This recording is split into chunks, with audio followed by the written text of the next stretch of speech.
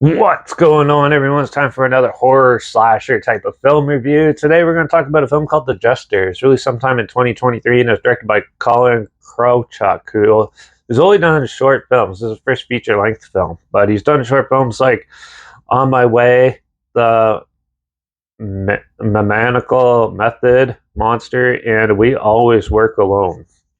Um, the Jester. Well, The Jester is sort of like a spiritual killer, sort of like in the same vein as like Freddy from A Nightmare on Elm Street. He does a lot of more paranormal type of kills and stuff. And when he kills an estranged father, the family goes into strict grief, but then he ends up tormenting them and trying to get to them. And it's up to the family to try to figure out how to stop this jester.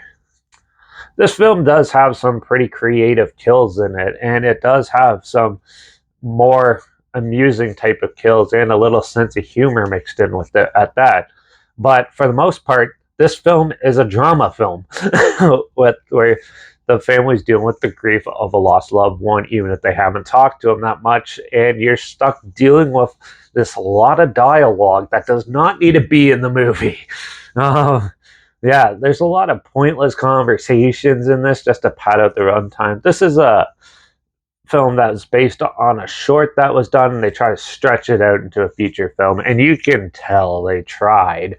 And there was not much substance to it because this has so much pointless dialogue, and the characters are so dull that it did not matter. And yeah, they had a cool killer character, but they had no reason whatsoever for all the other pointless dialogue and trying to make a meaningful story, which had no meaning.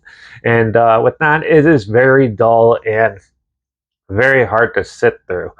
This was very disappointing because the trailer made it look really cool and interesting. Some of the clips I saw before looked really interesting. Besides some interesting creative kills, there's not much to this, and sadly, they come far between, and it takes a while for the film to get going. And once they, I heard that there was also a weird twist in this. So once they get to that, the twist isn't even surprising. It's pretty predictable, and in the end, I thought this film was a very dull, predictable mess, and that's probably why you can't really find it anywhere because it doesn't have the greatest reviews or track record for a film. So, but yeah, I'm gonna give The Jester a 1.5, only because that created kills and some of the acting wasn't bad, and the cinematography was okay, and it had some amusing humor parts. But those are just minimal things compared to what all the problems and what didn't work with it. And yeah, I try to stay away from it. I'm not sure if it's streaming anywhere, but I'll link the trailer so you check that out if you want to see what I'm talking about. That'll be down below. But also make sure you check out my Instagram. That's linked down below. That's where I post clips of films and review in the future. On my stories, you put the film title in there and some history thing in there as well. Also, my Letterbox down below, JP Reviews. That's where I post my first starting after watching the films. And my Twitter's down below, reviews_Derek. So follow me on those platforms. Stay with this channel. Like this video, share it to more people, wherever. Comment your opinions of the film down below if you have any. If you have any films or film franchise in any genre and on any streaming service that you want to hear my opinions on in the future, comment those down below too. I'll try my best to get them as soon as I can and if I can find them. Make sure you subscribe. Hopefully find some weird, obscure, and odd they probably never thought checking out together. And also so you hear my opinions on popular films that have come out, classic films, and reviews on other things as well.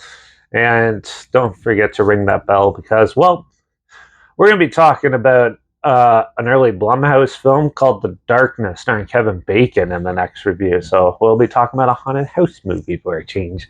But yeah, but that's it for this one.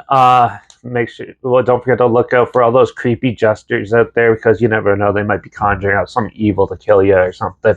And I guess I'll see you all in the next review. So until then, cheers.